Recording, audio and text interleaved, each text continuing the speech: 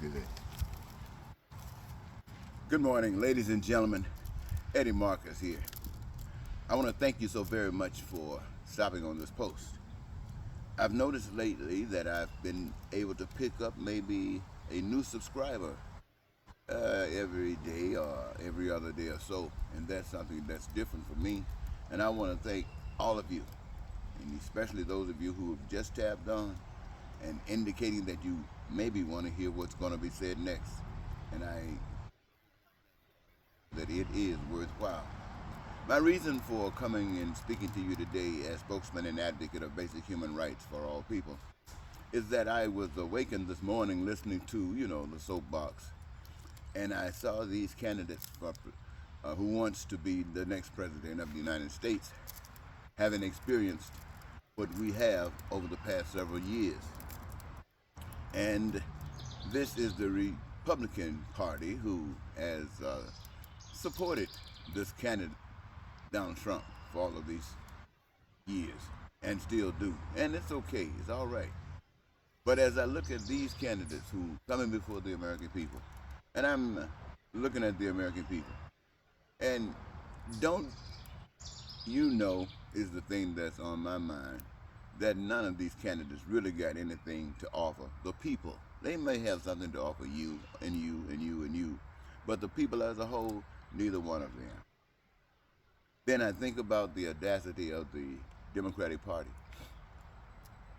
to say that Joe Biden has been successful and he has brought us here, and that we would like to stay on the stagecoach because where he has brought us is okay with us. And that's okay, especially for some. For some. But I'm sure there are others, as with the other, saying that that's not good enough. And the fact that I come before you to speak, it is to indicate, ladies and gentlemen, that that is not enough. I think about the times that I've sought after an office to be a representative. And every time, whether it was running for president or governor or a mayor or United States senator, whatever the case might have been, I always run as a write-in. I am not for sale. I don't want your money to pay somebody to put my word out. My word speaks for itself. And so, as a write-in, if you have seen any of the posts that represents the times perhaps that I did, you will find that no one even paid attention to the post. Well, that's understandable. That's very, very, very well understandable. And ladies and gentlemen, the idea of it is this. When I say I'm not for sale, it's that when I talk to you and I speak to you about certain things, I used to worry about, it used to be my concern about how you felt. And then time and spiritual understanding and awakening brought me to a point to understand and accept the realities that we live in a world that has been created by a power that we can't see, and even a people by a power that we can't see. But our ability to understand ideas, to have them, to be able to turn those ideas into something that's wonderful, what would facilitate something like that? And the answer, my friends, is this, is that we are called to be who we are. I don't know why and how I got to this point.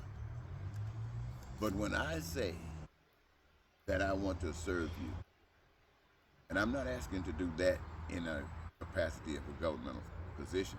Now, I'm not saying that at all. I'm not too concerned about what you say you want. So you can sit there and talk about what these concerns are of yours, and these concerns are of yours as a group. And some of you can have these concerns over here, these concerns over here as a group. And for some strange reason, they don't really jive, but you try to come together and say you're gonna, compromise and do this and give or take here. and you'll kind of come together and you're looking for someone to speak to that issue.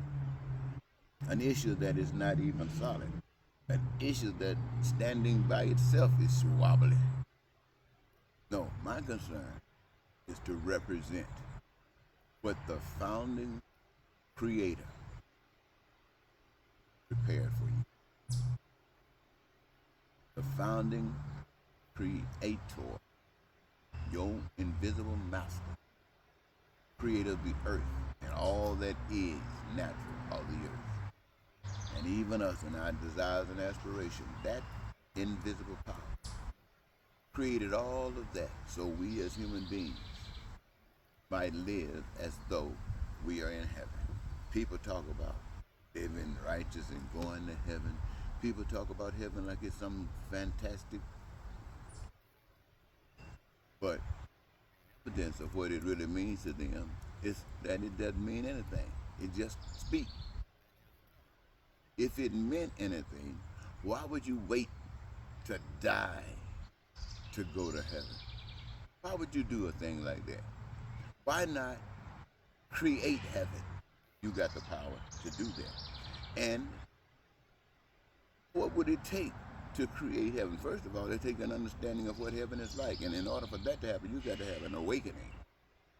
Your mind has got to be renewed. Someone said it's like being born again. You see things as they should be. Where you couldn't get education before, now it's the easiest thing to get. When you couldn't get health care before, now it is the easiest thing to get. When you couldn't get housing before, now it is the easiest thing to get. When you could not have transportation or have vacation time or to travel here and to travel there and to see the world, when you couldn't do those things, you couldn't do them, not sometimes, but you couldn't do them. And now it's the easiest thing for you to do. When you had worked on jobs and things that brought pain and suffering that made you bored because you didn't want to do it, when you didn't have a job at all, now, my friends, you have the job that gives you the greatest joy, that brings happiness to your life, and you are putting your hands to that plow. This is what it's all about. This is what God has prepared for you.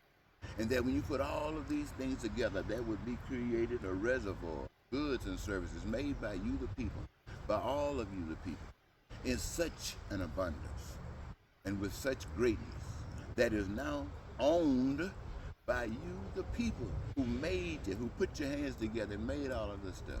For what? To meet your wants, to meet your needs, to meet your desires. This is the way God planned for it to be. You don't have to suffer a lack of nothing. You live in peace. You're prosperous. There's joy in your life, and you live your dreams.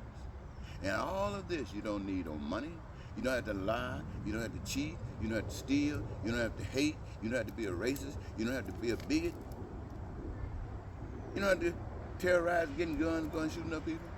You don't have to start wars. Now, to me, the message that I bring is a message that is not taught in America, not in churches. This message isn't taught anywhere I've been. So I know it's new to you. And so I understand when you don't understand. But it is still the message of wonder. It is the message that in deep within you all want to hold so dear and so tight, and yet it's fighting against what you've been taught all your life.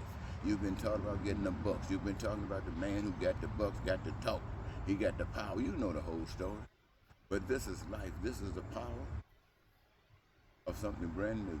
And it can only happen for you if you make the decision. If you make the decision. Now, sitting up there thinking about these candidates who want to be your next president, if that's what you're doing, this isn't a decision. You see, these guys can't deliver that to you. First of all, for that to happen, it's going to take you, the people. You hear me, America? Folks, old folks and young folks. You hear me, people around the world? Before any kind of government can stand up and start doing stuff like this,